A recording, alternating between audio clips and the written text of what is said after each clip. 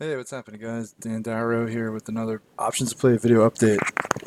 So, as we get into earnings season, we are starting to see some larger moves, right? I mean, it's just how it goes. I mean, it's the hallmark of earnings season. It's why we love it so much. You get stocks that maybe not typically volatile have some really wild reactions, and sometimes it's predictable, right? Sometimes it's you get like a few signals telling you that this stock could potentially be a bigger mover this quarter. Um, but sometimes it just kind of comes out of the blue, and I feel like CSX today, kind of a good example of that. It just like things appear to be lining up for another bullish quarter. Um, Last quarter, very strong. Back in January, very strong. The stock had been acting strong, right? The entire sector, all the rails had been acting strong. Canadian Pacific, right? So this is like a name that just reported the day before, had a strong report, broke out to a 52-week high, closed just off its high, um, right? So it seemed that there were multiple indicators saying numbers are probably likely to be good, right? The stock was up yesterday in anticipation of good results. Seemed like it was setting up for like kind of a bull flag pennant breakout, right? And it just seemed like it had a date with new 2019 highs. Well, on the way to the 2019 highs, um, a hiccup happened, and they actually missed across the board. So missed EPS, missed revenues, and then they actually guided lower. So they went from projected revenue growth to projected negative revenue growth, and that's significant. And they blamed it on a couple reasons. Um, just the economy being a little bit more tumultuous with these trade tariffs. One of the main reasons, and that has really hit the stock hard, as you can see. But it's also rocked a lot of the other rails too, right? So again, as the way these goes, it's like when you get these early reads on like these key names, they tend to lead to a lot of volatility and like sympathy trades. So it's like UMP, right? They haven't reported yet. This will come tomorrow, but you can see UMP getting hit very, very hard. NSC getting hit very, very hard. I mean, like these are sympathy trades that are moving lower on that CSX result. But what I wanted to highlight here is kind of like the difference between an unexpected reaction and an unexpectedly bad report, right, or bad news, because in theory they could lead to kind of like a similar move in the stock, but whereas if it's just like an unexpected reaction, say like for instance, like last quarter trade desk, right? Last quarter, Trade Desk beat across the board, raised guidance, and then it dropped like 30 points. It's an unexpected reaction. Expectations were high. The stock had been up a ton year to date, so it sold off even after good numbers, good results, and it's more of an unexpected reaction. But the character of like the stock hasn't changed, right? I mean, it's still delivering on top and bottom.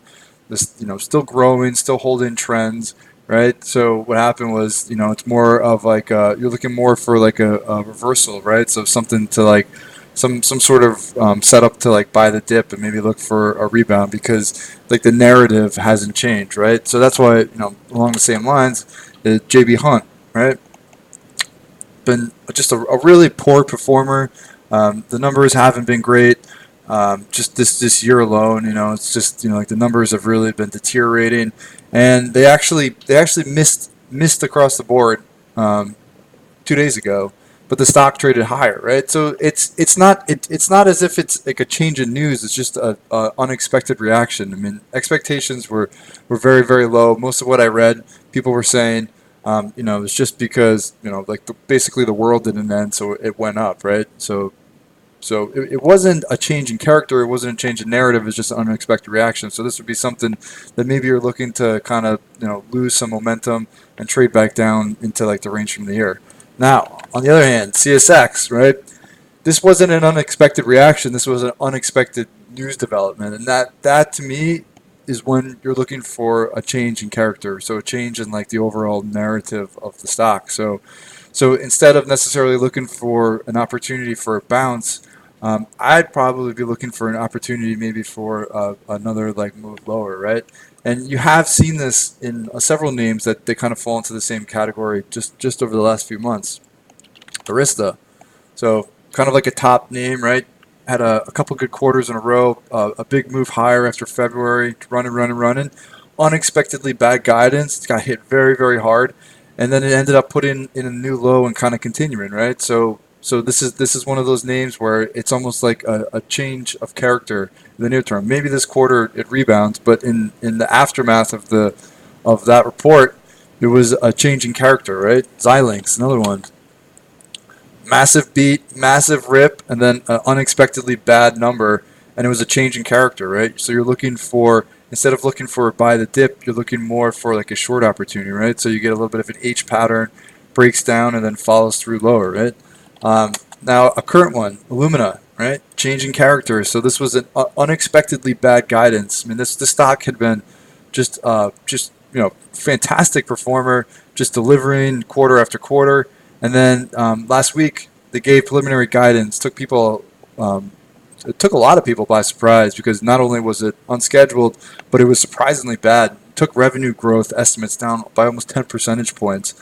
Missed substantially for the quarter, lowered guidance substantially, and the thing got rocked. So instead of necessarily looking for a bounce, which it may actually bounce because it's holding 300, to me, it's a little bit more interesting as a short opportunity because it's a change. It's a change in character, right? This wasn't an unexpected reaction. It was unexpectedly bad news, and to me, like that's when people get caught off guard, and that's when like there could be follow through lower as like the new reality of the situation sets in, right? Um, so just a few names I wanted to highlight.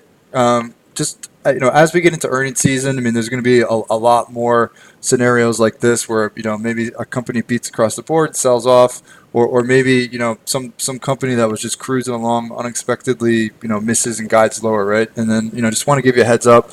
That these are the types of setups I'm looking for, the difference between the two. They don't always present trades immediately, but they could be names that you could add to your watch list or maybe your radar. Keep an eye on them for like 1 to 2 weeks. Maybe you get like a quick flag or a quick base to trade with, and then they could present some nice opportunities. All right, so definitely be on the watch for those. Questions, comments. If you guys have any questions regarding the option session from Monday, if you weren't able to attend, definitely don't hesitate to reach out. I'd love to hear from you guys. So have a wonderful night. Best of luck if you're playing anything, and I'll talk to you all tomorrow.